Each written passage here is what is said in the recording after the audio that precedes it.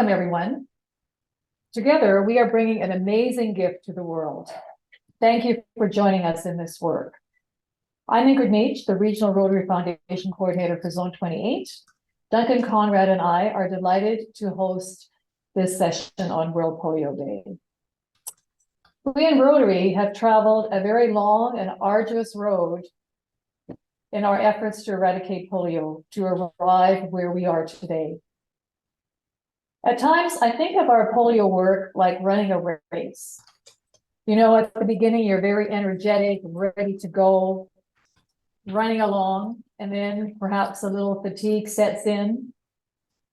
But when you turn that last corner and you see the finish line, you know, even though your muscles are aching and your breath is a little more ragged and maybe your heart is pounding a little bit more, you know deep down that you must and you will finish that race.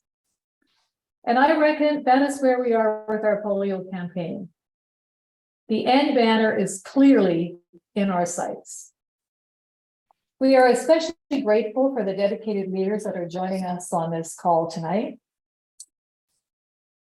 Your presence here is really like a testimonial to your unwavering support and commitment to our polio campaign.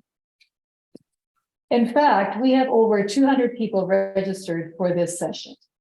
We have governors, governors nominee, governors elect. We have regional leaders from several zones. We have district foundation chairs, polio chairs, international learning facilitators, district leaders, representing a variety of and a diversity of members. Why? Because we are all focused and we are committed and dedicated to end this devastating disease.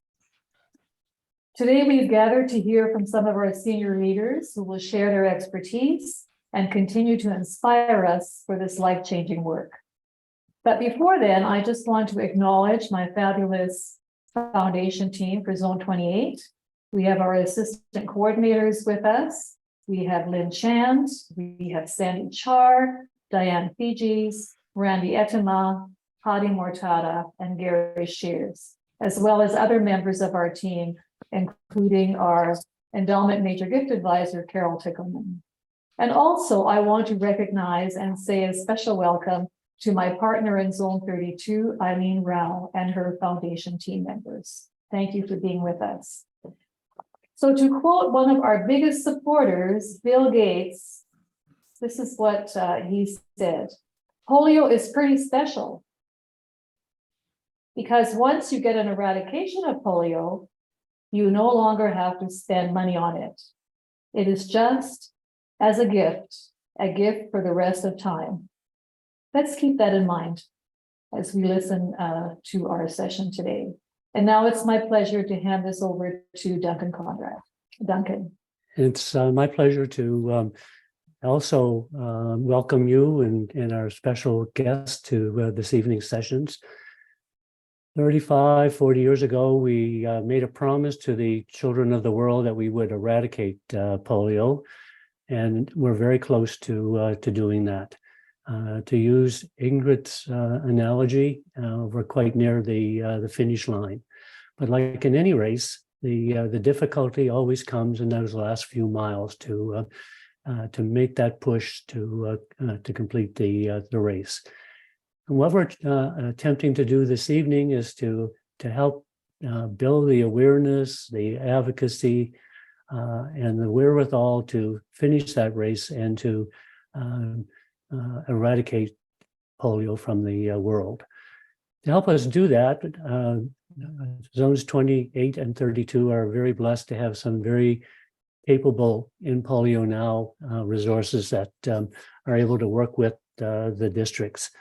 I myself am the in Polio Now lead coordinator, and I have responsibility for the districts in Eastern Canada, Quebec, and part of Ontario. And I work with my fellow Zone 28 coordinators, Ramesh Farish, who handles the Western districts and part of the Washington area, and Aruna Kushik, who handles the central districts and part of Michigan as well. And then we also work with our colleagues in Zone 32, Eric Deneau, who handles the Eastern districts in that zone, and Randy Wilson in Zone 32, who handles the Western districts. Thank you, Ingrid. I'll turn that back to you now. In Zone 28 and 32, we are fortunate to have a Rotary International director who not only believes in collaboration, but encourages and supports collaborative efforts. And we are grateful for that. Drew Kessler is a senior vice president with the Commercial Real Estate Division and has held numerous leadership roles in his career. Just imagine, in his early 30s, he served as governor of District 7210, and since then has served in various Rotary leadership roles, all the while managing a full-time career. As well, he and his lovely wife, Vicky, are parents to 5 active children, ranging in age from elementary school age to university graduate. A busy household. Despite his very active daily schedule, commitments, and travels, Drew makes himself available to his team, which is commendable and very much appreciated. Drew has just concluded a very successful Learning to Lead Summit, where we raised over $100,000 for the Rotary Foundation. So glad that Drew is here to bring greetings. Drew. Ingrid, thank you very much. And really kudos and thank you to your team for setting this up.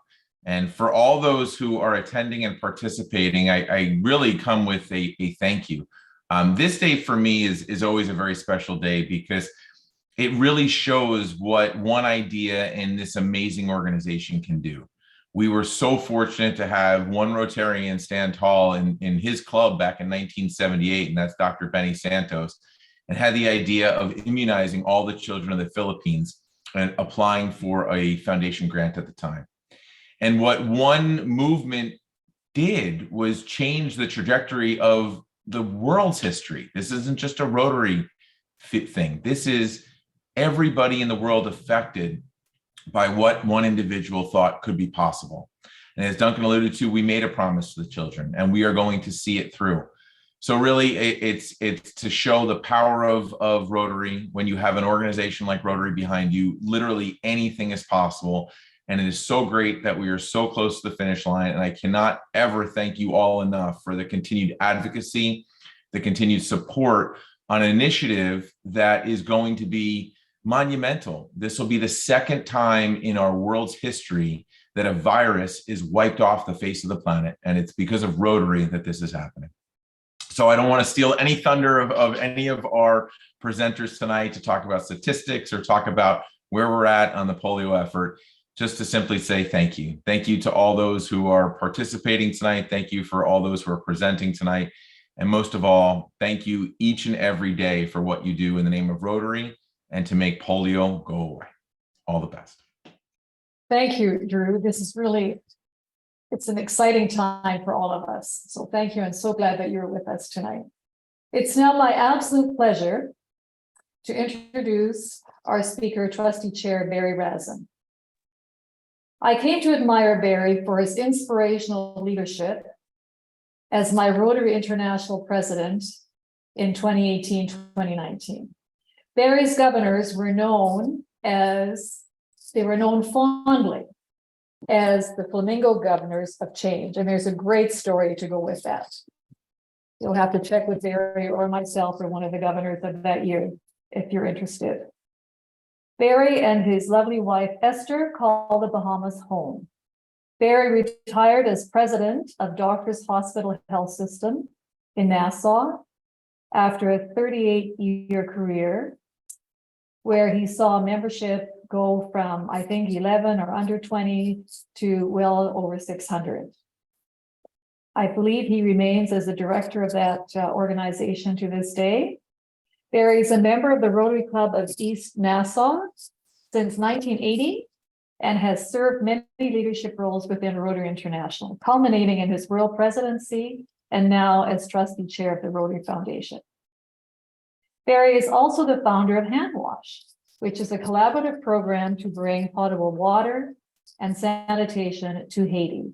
It's a multi-decade project, and I believe well over $2 million are involved.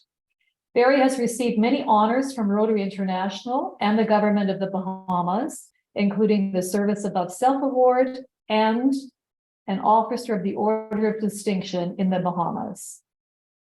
We are truly honored to have Barry with us to bring updates and to share his comments on the current polio campaign. Barry, over to you. Thank you so much, Ingrid. Really appreciate the introduction. It's a pleasure to be here and to be able to talk to so many members of our organization that are committed to making sure that we do eradicate this horrible disease. What I want to do in the short time I have is to talk a little about my visit to Pakistan, so you can hear directly what's going on in Pakistan and Afghanistan. And then 2 weeks ago, we had an International Polio Plus committee meeting. So I want to talk about that as well. So you can really get where we are as of right now. We know, I'm sure every one of you know, we've had 9 children come down with the wild polio virus so far this year. 9 is too many, okay? I don't even like hearing people say it's 99.9% gone, because it's still there for those 9 children. They only see 100%, and theirs do their families. So we need to be thinking, going forward, let's eradicate 100%. That's where we've got to go. So in visiting Pakistan, Afghanistan, you realize that the outbreaks are really only in one very small area right on the border of the 2 countries. In Pakistan, it's really only in one of 157 districts in the country. So it's very limited. It's not a whole country-wide. Same with Afghanistan. 3 in Pakistan, 6 in Afghanistan. Pakistan is doing a lot of amazing work under the leadership of Aziz Memon, current trustee, done an amazing job. He took me to introduce me to some of the key people in the country. I met with the health minister in the city of Karachi. Fantastic person. You have to understand, though, that this is a country that had an election, and now the government is an interim government until the next election. So he may not be there after the next 3 months, but excellent, outstanding. He's a doctor, he understands, he's committed, he's making sure we continue our job. From there, we went to meet the federal health minister in Islamabad, and same kind of thing. He's a doctor, he's interim, but he is committed to making sure that we get rid of the horrible disease in his country. From there, we went to see the general of the army, who is helping us to protect all of our health workers in the country. And he told me directly, he has committed 80,000 troops to make sure that our health workers are safe, no matter where we go, even into the most difficult areas in the country. So, and he said he has declared polio a national emergency, and will do everything in his power to make sure that we can reach every single child. We cannot have any children who are missed with the vaccines, and we will make sure it happens. So we went to the border. The buses continue bringing in people from Afghanistan to Pakistan, and every bus stops so that the polio workers can get on board and vaccinate all the children under 5. We may change that to under 10, because our last child with polio was actually 14 years old. But right now, still, it's every child under 5. I got on the bus, and I can tell you, the families are more than willing. They hold out their child to you, and they ask you to please give that drop. And I'll never forget the smile on one of the father's faces. Usually it's the mother, but it was the father holding the child, knowing that Rotary has just saved his child from that horrible disease. Also in Pakistan, they're going house to house. They're making sure they don't miss any children by going house to house, excuse me, and right on the house itself, in chalk, they will note whether or not there's any case of flaccid paralysis in that house, so that they know where to go back to. So well organized. They keep journals that are absolutely unbelievable, and then they put all the journal information into the computer, so they have an incredible log of every single day what they do. That one border I mentioned with the bus stop, last year, just at that one location alone, they did 900,000 vaccinations. That's, to me, incredible. Saying that, this month, what is this month? This is October. Yes, this month they immunized 44 million children in Pakistan. They had a national immunization day. The army was out. 300,000 health workers were out to make sure that we got to every single child. Next month, they're going to do a sub-national immunization day in the difficult area, that one area I mentioned in the in the zone that really is the one that has the challenges. And they can do another one in December. So we're really targeting the problem area now that we've covered all the children in the country. And let's talk about the health workers, because I think they really need to be recognized greater. There's a young lady by the name of Marjana. She's 26 years old. She has 2 children. Her responsibility is to immunize 84 children in the mountains of Pakistan. In the winter, she climbs in the snow to reach each one of the houses in the mountain, and they could be a kilometer apart. And guess what? She feels guilty that she can't do more children with that job. She and the others like her are the heroes that are going to make sure that we do get to 0. Have a great admiration, and we should all respect and say thank you to all those health workers. Another health worker got hit by a train last month. Guess what? The government, working with Rotary, has him now on a pension. He's lost 2 legs, and he's come back to work in the office to help us to deal with all the data that we gather. That's commitment. That's a love for his country that he wants to make sure he continues to do everything possible to make his country get rid of this horrible disease. So Pakistan, working hard, major crisis that they recognize, and they're going to make sure it happens. Excuse me. In Afghanistan, not quite as easy, but still there's only 6 children with polio, the wild polio virus. And their problem is they have so many humanitarian needs there that it's hard to stay focused. We don't have an Aziz Mehman there, although Rotarians are working. The government has stopped house to house and have stopped the women being health workers, and that really sets us back a little. But we haven't stopped. As the head of the World Health Organization said, we are ruthlessly focused on reaching every single child. So that will happen. We just have to have the patience to keep working with it. And keep in mind now, we have 2 goals. The first goal is to eradicate the wild polio virus. The next goal is to eradicate the circulating virus. As you know, you can get polio from those who've had the vaccinations and have excreted in the environment, and children can pick that up that way. That's a circulating. Every time we know there's a circulating virus, we go in, we immediately go and immunize all the children in that particular region, no matter how many that is. That's part of where our funding goes, is for those immediate responses. So goal 1, the World Health Organization still believes that by December 31st, we could reach the end of the wild polio virus. But they also believe that could slip a little into next year.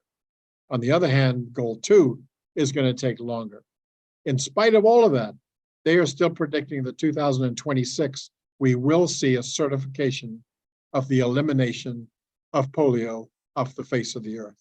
That circulating virus has to be gone, just as the wild polio virus.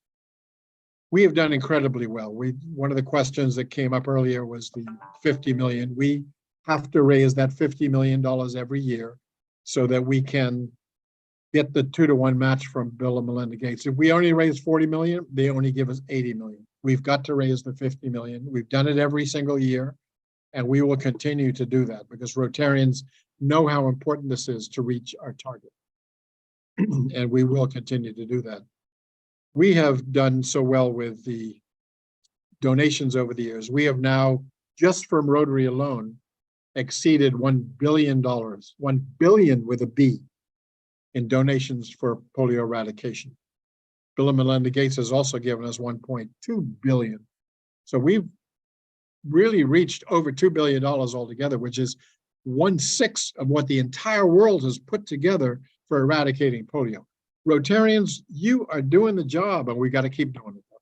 We've got to know, we've got to keep immunizing 450 million children every single year. So please keep working. UNICEF is so proud to be a partner that they have invited us to a celebration in New York City at the end of January to celebrate the fact that we have given over $1 billion. I'd rather keep that celebration to when we see the certification, but let's take what we can while we can, because it keeps it in the minds of all of our organizations. And this isn't easy stuff. Those health workers are working in difficult circumstances. In Yemen, where we still have to immunize because of the circulating virus, they've had 9 coups d'etat in the last 2 years. Changing the government that often makes everything much more difficult. We also have a new vaccine, the novel vaccine, which has significantly reduced the number of the circulating virus in those countries. We've dropped it from some 900 last year to 200 this year. That's great progress. The Bill and Melinda Gates Foundation, the CDC, UNICEF, WHO all came together at the International Polio Plus Committee meeting 2 weeks ago. What a fantastic opportunity for all the partners to sit around the same table and talk about where we are and how well we're doing, and that we are working together. And we asked tough questions to make sure we're really doing everything we can possibly do.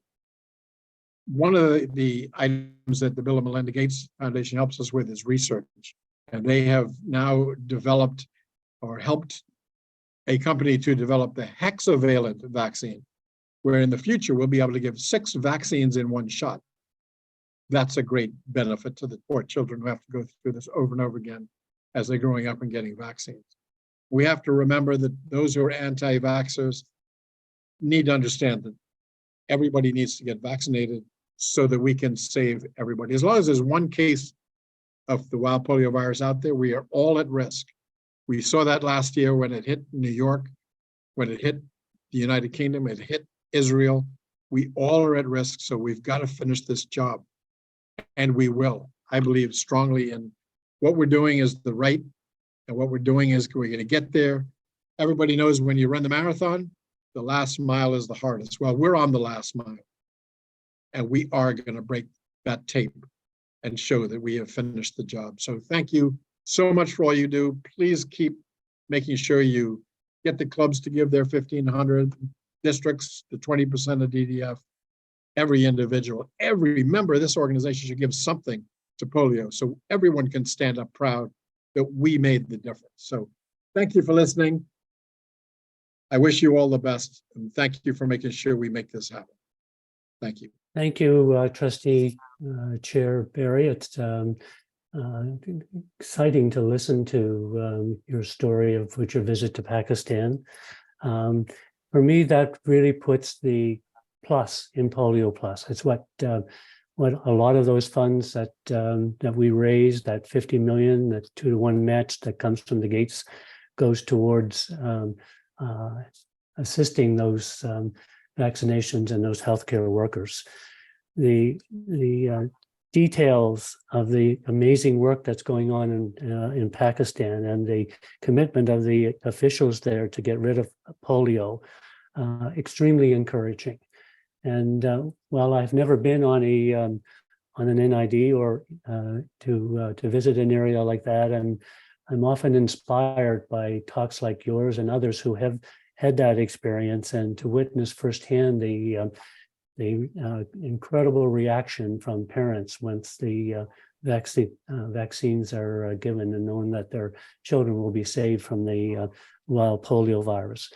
What's more importantly is what you've told us about the commitment of the volunteers, at 300,000 that go out sometimes into very dangerous areas, and it's really encouraging to hear that the Army has considered this an emergency and are really providing the resources to protect those workers. And even more encouraging is that when someone like the gentleman that you've indicated that was injured, that we're able to step up and give that individual some sort of a financial pension to help carry on. And just to re-echo and to thank you for encouraging all of us to make those donations. That where else would anyone make $100 donation to any charity and get it matched 2-to-1? And because of the generosity of the Gates Foundation, we're able every year to reach that $150 million that's needed to carry out these great works. So thank you on behalf of the group. We appreciate all that you're doing to help us bring this battle to the finish line. It's now my pleasure to introduce our next speaker, and that's my good friend Brenda Cressey. And Brenda joined Rotary in 1989 and is currently a member of the Rotary Club of South Portland, Cape Elizabeth in Rotary District 7780. She served as District 5240's governor in 2001 and 2, and is the retired CEO of Office Support Systems, a telecommunication business in Maine. Brenda has served in several key roles for Rotary International, the Rotary Foundation in 2018 is the first woman Rotary Foundation Trustees Chair. Most of Brenda's assignments have focused on fund development for the foundation, specifically in the area that she loves most, which is peace and polio eradication.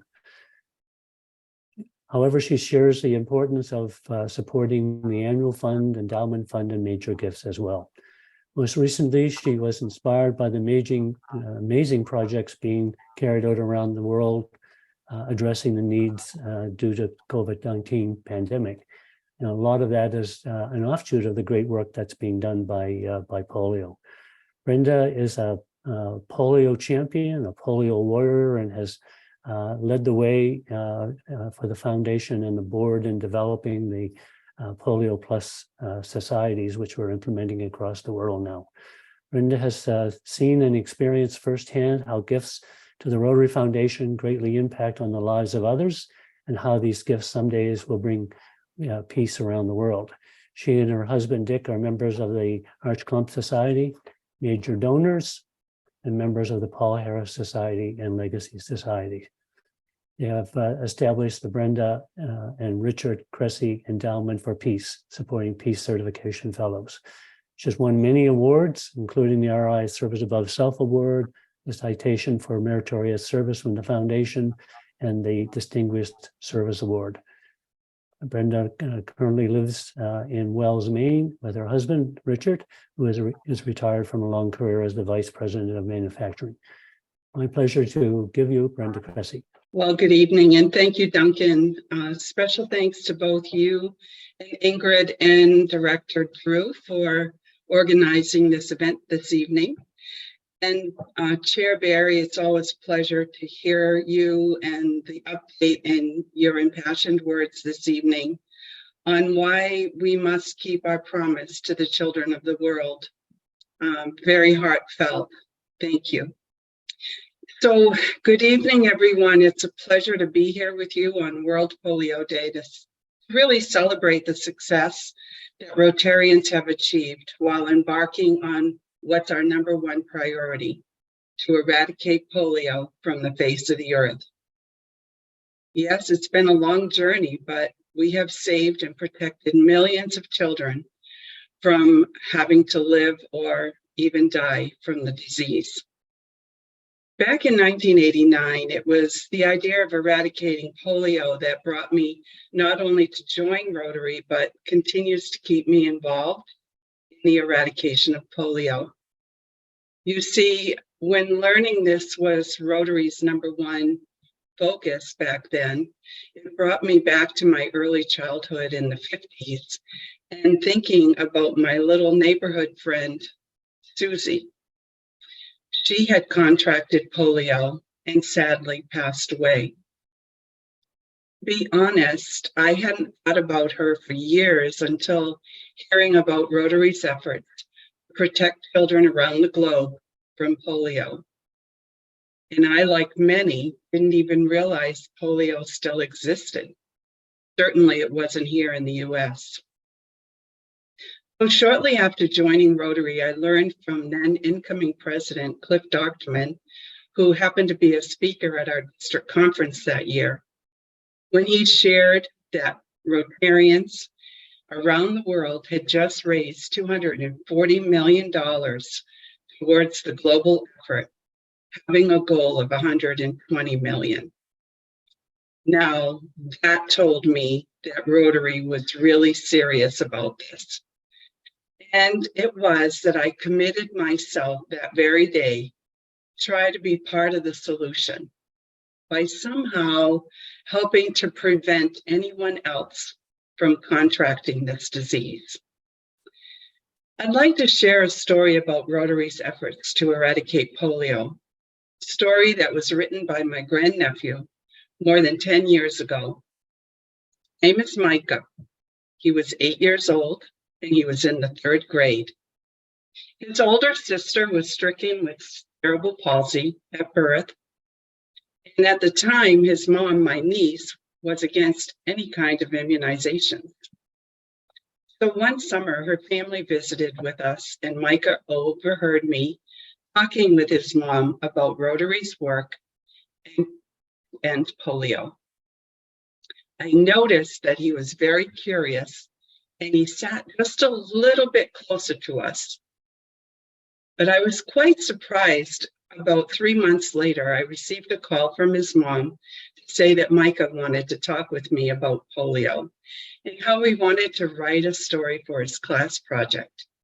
He asked how we could find more information and what could he use to focus his topic on. Well, I suggested to him to learn more about the Purple Pinky Project. And so he did. And this is Micah's polio story in his own words. He wrote, "My story is on a project by Rotary International. Rotary was formed by a Chicago lawyer named Paul Harris. The purpose of their foundation is to promote peace, fight disease, provide clean water, save mothers and children, support education, and grow local economies." In 1917, Rotary President Arch C. Clump proposed endowments for the purpose of doing good in the world. In 1929, their first gift of $500 was given to the International Society for Crippled Children, which later grew to be Easter Seals. In 1978, Rotary introduced the Health, Hunger, and Humanity 3H grants. The first grants funded the immunization of 6 million Philippine children against polio. In 1985, the Polio Plus program was launched to eradicate polio worldwide. Then in March 2014, India was declared polio-free when hundreds of children per day used to get infected. Rotary was a big reason for this by sending 300,000 volunteers to deliver vaccines over the past 3 years. Polio is a virus that attacks the spinal cord and can cause muscle paralysis that can affect the legs, and even stop a person from breathing. In 1952, there was a polio outbreak in the USA, which affected over 58,000 people that year and killed or crippled almost 25,000 of them. In 1957, Dr. Jonas Salk introduced the first successful polio vaccine, which is still used today in the effort to eradicate polio. Rotary has helped immunize more than 2 billion children against polio in over 122 countries for only 60 cents per child. Sometimes with 1 million children vaccinated in a couple of days, it's impossible to keep track of children that get vaccinated. So they began coloring the pinkies of vaccinated children purple. And this has now become a movement called the Purple Pinky Project to make sure that every child is vaccinated and to bring awareness to the suffering that polio can cause. Micah continues and writes, "Ending polio is an achievement we can reach, but it takes awareness, volunteers, and money. You can join the Rotary in their international goal of eradicating polio by going to endpolio.org and donate or read about how you can get involved. Coloring your pinky purple is a way to spread the word. Now, I have to say that Micah's story and his effort to create awareness with his classmates continue to inspire me. That day, Micah showed pictures of young children who were referred to as crawlers, which sadly elicited some giggles from his classmates. I learned from his mom, who was there that day, that he immediately stood up straight and tall, and he said, "That is not funny. How would you like to be one of those children?" Of course, being a very sensitive child, he remembered that his own sister couldn't walk because of cerebral palsy. In no way was he going to let his classmates be mean. So, friends and family of Rotary, thank you for joining us this evening. Because you're here tonight, we know that you are committed to our cause. Please share your stories, or the story of my friend Susie, or share Micah's story. Today, we have a call to action. Each year, Rotarians are asked to raise awareness, as well as that $50 million that Barry spoke of, to leverage that incredible and generous match from the Gates Foundation. To date, yes, we have raised $2.5 billion. That includes the Gates match. Funding comes in many ways due to the creative and fun raising ideas. Fun runs, the ride to end polio, pints for polio, flights around the world, purple pinkies, purple donuts, the world's greatest meal, and of course, the Polio Plus Society.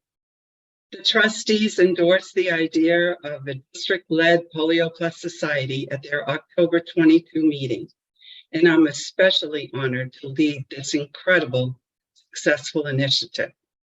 I'm happy to say that our End Polio Now coordinators, Duncan, Conrad, and Eric Canoe, who are here tonight, have reported that all or most districts in our two zones, 28 and 32, have either initiated or refreshed the Polio Plus Society, and they have already achieved great success.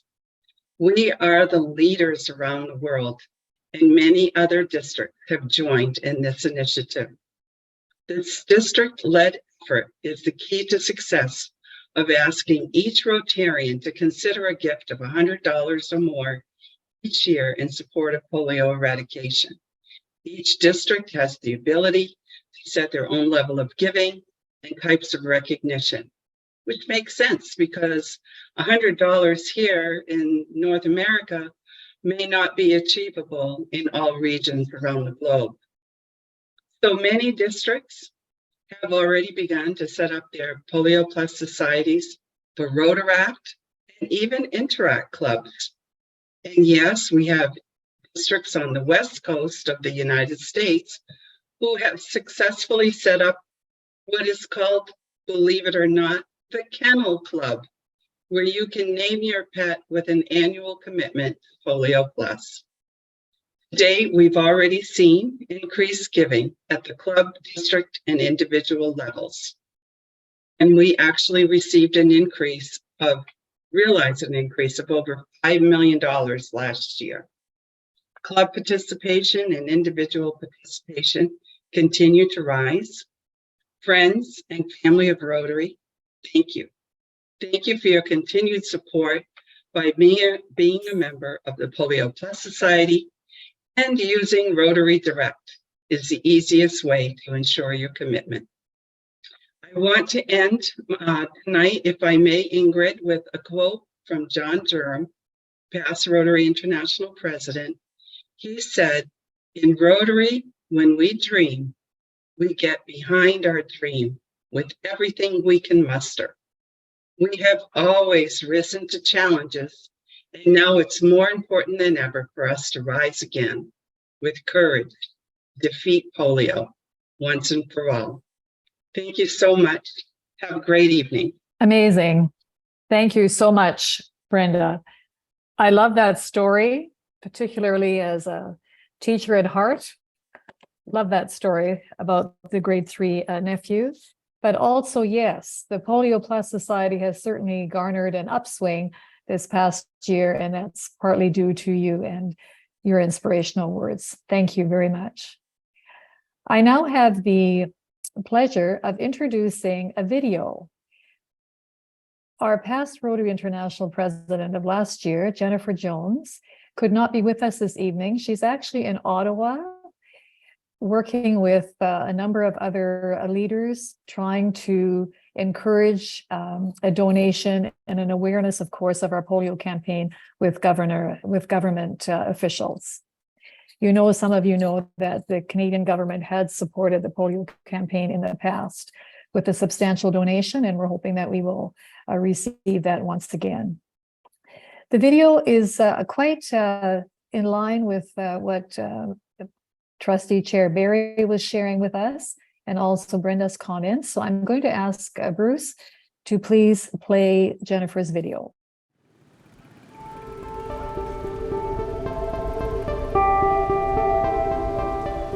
मैं इस काम को lead करती हूँ कि as a worker मैं बच्चों को पोलियो के कतरे जो है ना ठंडे दो वो मैं पिलाती हूँ। मैं कहती हूँ जैसे हमारे लिए पानी ज़रूरी है ना, इसलिए हमारे बच्चों के लिए वैक्सीन ज़रूरी है। कैसे हैं आप लोग सब? हमारी कैंपेन का आज पहला दिन है। आपको पता है हमारी हर कैंपेन बहुत इम्पोर्टेंट होती है, इसकी वजह आप लोगों को पता होगा कि हमारे पास I've seen so many amazing things in my life as a Rotarian, but nothing compared to 9 days in Pakistan, observing what it takes to reach every last child. My optimism in this program has never been higher, and that's because there are so many people out there who it's not 9 days, it's 9 months, it's 9 years. They've been in it for the long haul. When we went to the first house and knocked on the door and it opened, walked in. अस्सलाम वालेकुम, क्या हाल है? कैसी हैं? तबीयत से ठीक है? To be able to see firsthand what the workers were doing inside of that home. It's the mum to mum, it's the building of trust, and it's so much bigger than polio. We're looking for opportunity for women to gain and garner trust with each other. I can't thank them enough for what they do. With grace and with leadership. I'm really excited to be able to learn from you. How have you seen a difference in polio vaccinations from when you started to where we are now? मैं 2012 से इस polio worker में team में हूँ, यहाँ पे काम कर रही हूँ। अभी काफ़ी फ़र्क है। पहले हम घर जाते थे, कभी बच्चे को पिलाते थे, कभी छोड़ देते बच्चे को। यानी चलो बच्चे खैर वो नहीं पिलाएंगे, कुछ भी नहीं होगा। अभी तो बहुत ज़रूरी है, घर जाकर बच्चे का पूरा डेटा लेते हैं। अगर कोई बच्चा हमसे रह भी जाते हैं, हम दोबारा जाके उनको पिलाते, वैक्सीन करते। We're out in the field immunizing children, and these door-to-door health workers are carrying a paper register, filling out all of the data. It goes back into a center where it's digitized and put into, a data collection area. I am absolutely amazed at the level of accuracy that happens. This is one of the child, age 16 months, house number, and the number of round missed. These are the persistent children. So How they take that data and drill it right down to a home, to a community, to a child who's refused, who we need to go back to. It is to a finite science, and I was blown away by seeing the level of intensity of what we're seeing at the National Emergency Operations Center, our partners there, what they've been able to accomplish, what we've all been able to accomplish. We're in good hands, both from a decision-making perspective and from a frontline perspective. There's a lot of women who are integrated into the campaign throughout in leadership roles as well, everything from decision makers at the National Emergency Operations Center to doctors to the health minister. And seeing those things up close and personal was really impactful for me. We need to understand that every piece of advocacy that we can do, every story that we can tell, every door we can open, every dollar we can raise, it goes towards making sure that these children that I've just been in the field with are going to walk. हम ये चाहते हैं कि ये हमारे जो ठंडे कतरे जो है ना हर बच्चे के मुंह तक पहुंचे ताकि कोई बच्चा मजबूर ना रहे और पोलियो फ्री हमारा पाकिस्तान हो जाए. I want our Rotary family to know that the end is in sight. I want our Rotary family to know that their work has meant something and that it means something. But I also want everyone to know we're not done and we need to be vigilant.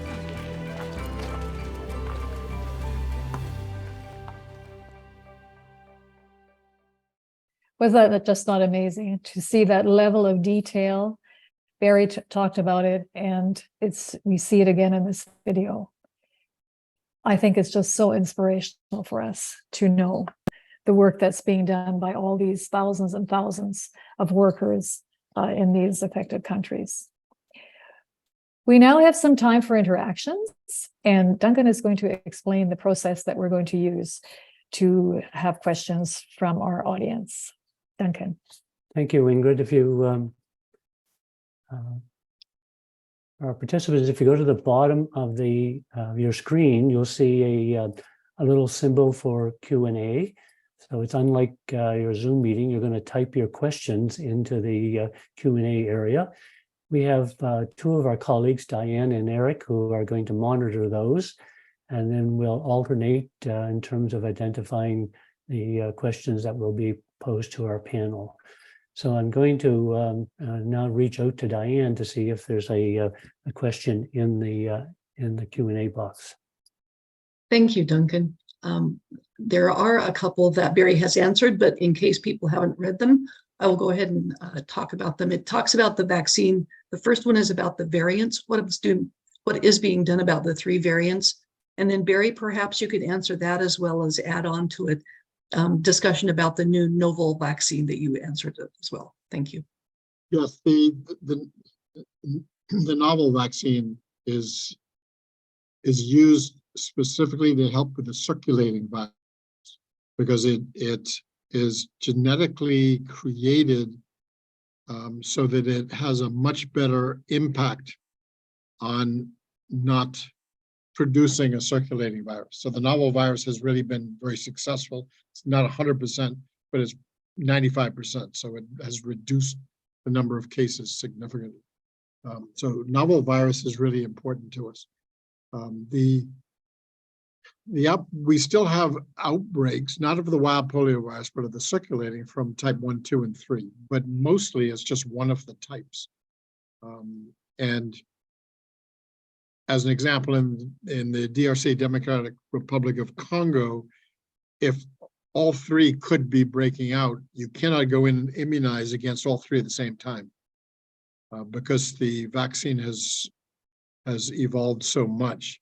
We have to actually go in and do a campaign, then go back and do a campaign on the next one, and then on the next one. It's a constant effort to stay on top of these. One thing I was pleased to hear from the World Health Organization was that they are very confident in the surveillance and knowing exactly how much of the surveillance that it's covering everything. We know where the virus is happening. We know where the circulation is, and we can jump on it right away. So we're getting really good data from what's going on. Thank you, Barry. Eric, is there another question? Yes, one of the questions was, there's 9 cases now of the wild polio virus.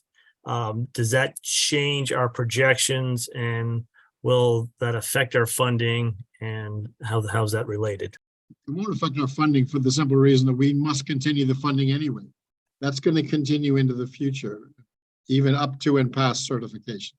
So we're going to have to be committed to this for the long term. What date that is, I don't know.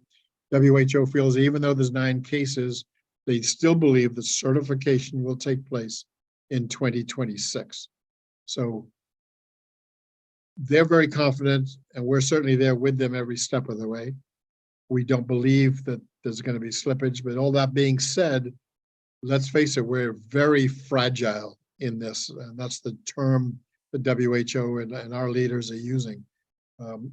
if the Boko Haram, for instance, in Nigeria don't let us in and we can't immunize, then it's hard to stop it. Same with the Taliban. Right now, the Taliban provides some security for us in Pakistan, but not in Afghanistan. Those difficult areas makes it very fragile. But that being said, UNICEF, CDC, WHO all believe that we are on target, might slip a little, but they believe that we're going to finish by 2026. But we must keep that 50 million coming, certainly up until that time. Thank you, Mary. Diane, any other questions in the Q&A? Yes, I would direct this to Barry as well, and I'll combine two of them. Can you explain why women in particular are so important as vaccinators? And also, how many times do you have to vaccinate each child? That's the second one first. For those in healthy countries where the child has good nutrition, then, once, and we have to do it again maybe every year or two. But in a country where you have extreme poverty and children do not have nutrition, the virus literally goes through their system and gets flushed out pretty quickly. So in those areas, we have to get to them every 3 months or so, 3, 4, 5 months, but certainly no more than that, or they've lost all the protection that they have. And that's also why there's a circulating virus, because it is getting flushed out of their system. So that's really important, that without good nutrition, and I believe that's another project that Rotary should be working on, is making sure that we improve the nutrition in those areas that need it. In Pakistan, the difficult area, if we can get them good water, good health care, we can finish this job. So polio eradication goes beyond just the vaccine itself. It's taking care of the community. Women health workers are extremely important because they are able to go into the house where men can't in some cases. The women trust each other more than they trust the man coming in. So their ability to reach the children is much greater. When you only have men doing it, then quite often, like in Afghanistan, they're bringing the children to the mosque and we're doing the immunizations at the mosque. But that means you could miss some because you're not going house to house. With women out there, we're able to go house to house and the women can reach the children. They're trusted better by the children and by the mothers. That's a reality. So it's really important for us to continue supporting the women doing the vaccination. Eric, we have time for one more question. Is there another one in the box? Yeah, absolutely. One talks about the NIDs. Are they continuing, and are they continuing to have some of the COVID integration that was occurring in the past couple of years? If so, can you explain what that looks like? And if not, can you explain why that's not continuing? Sorry, I missed a part of that. Could you repeat it? Yeah, sure. It's talking about NIDs are continuing to have some of the COVID integration, and is that continuing? Yes. We did a national NID in Pakistan this month, and we're doing 2 subnationals. They have to continue for the long term. Not necessarily every month, but from time to time, we're going to have to do national immunization days, because you've got to reach every child. And as I said, with the bad nutrition, you've got a lot in that category. Therefore, you've got to reach a lot. So that's got to keep happening. That will happen over time, and we will keep it going. And if there's a big outbreak anywhere with the circulating virus, it's the same thing. You have to jump in and just take care of that as one quick response. Will it have that COVID integration with it, Barry? What we've created, Rotary along with our partners, is an infrastructure that is really a health infrastructure to help, and truly is Polio Plus. That will continue. Even when polio is gone, I believe the same infrastructure will stay in place in these countries so that we can deal with COVID, Ebola, whatever the next pandemic comes. We have an infrastructure we've created, and we don't want that to be demolished. We want that to be there to help with other situations. So yes, we're still using it for COVID. We had an outbreak of Ebola last year, and that was what contained it and brought it to what it needed to be. So we've done a lot with Polio Plus, with the plus, whether it's other diseases or other activities around eradicating polio. And I think that's what's going to be our legacy for the long term, as well as eradicating polio. I hope I answered your question. Yeah, great. Thank you, Barry. Wow. Well, it looks like we would have liked to have had time for more questions. We will look at the questions that are left in the Q&A chat and see if we can get some answers out to you. I'd like to now ask Brenda and Barry to just give a very brief closing comment on our session today. So Brenda, we'll start with you. Thank you. Thank you, everyone. I just really enjoy the activity that's happening each and every year on World Polio Day. More and more people, clubs are coming together, trying to find ways, new ways to incentivize the members, to create awareness in their communities, as I mentioned earlier, in fun and different ways. And I think that's why I so enjoy World Polio Day, and I look forward to it each year. I do hope that every Rotarian reaches out to a friend, a fellow Rotarian, invites them to join the Polio Plus Society. We just heard from Chair Barry that we're going to need funding long before the end of this year. And that's okay, because Barry, we have a lot of supporters out there. Great. And they're going to continue. Thank you. Thank you, Brenda. Barry, brief comment from you. Thank you. We have to remember that this is our number one priority as an organization. We've been at it for a lot longer than we ever thought we would, but we've got to finish the job. We made a promise to the children, like Brenda said, and we keep our promises. You know, in some of my speeches, I talk about the song, The Impossible Dream. We have the impossible dream, but Rotary never just dreams. Rotary also takes action, because we are people of action. We must continue raising our 50 million. And it's okay to raise more than that, by the way. You're welcome to do more. But we've got to raise at least 50 million so that we get the match every year. Really critical to what we do. But keep in mind, every one of us have to do it. My disappointment is only 12% of members of this organization last year donated to polio eradication. That's just wrong. I'm sorry. Our organization, every single member should stand up and donate something. Rotarians, Rotaractors, give something so that you are truly a part of the eradication of this horrible disease for children. So let's keep at it. Let's stay strong. Don't get down because it's taken so long. Let's get the job done, and let's smile at the end of the day and say, we've saved over 200 million children from that crippling disease. That's awesome. Thank you. It's awesome. On behalf of Duncan and I, we want to thank everyone, certainly our speakers, for your inspiring words and your information.